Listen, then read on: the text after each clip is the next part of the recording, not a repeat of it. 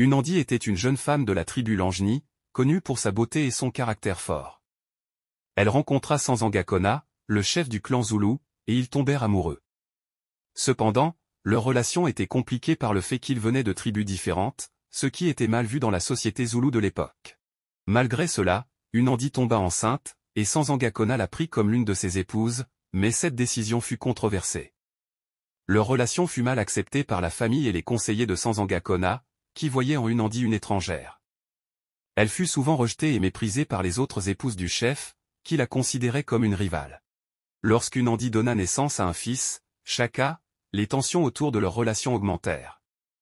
Sanzangakona, sous la pression de ses conseillers, éloigna Unandi et Shaka du clan Zoulou. Ils furent envoyés vivre avec la famille de Unandi, dans des conditions difficiles. Unandi éleva son fils avec dévouement, lui inculquant des valeurs de force et de résilience. Shaka grandit avec un profond ressentiment envers ceux qui avaient rejeté sa mère, ce qui influença plus tard son caractère et sa montée au pouvoir. Malgré les difficultés, l'amour entre Unandi et Sanzangakona resta fort, mais il fut continuellement entravé par les conventions sociales et les intrigues politiques.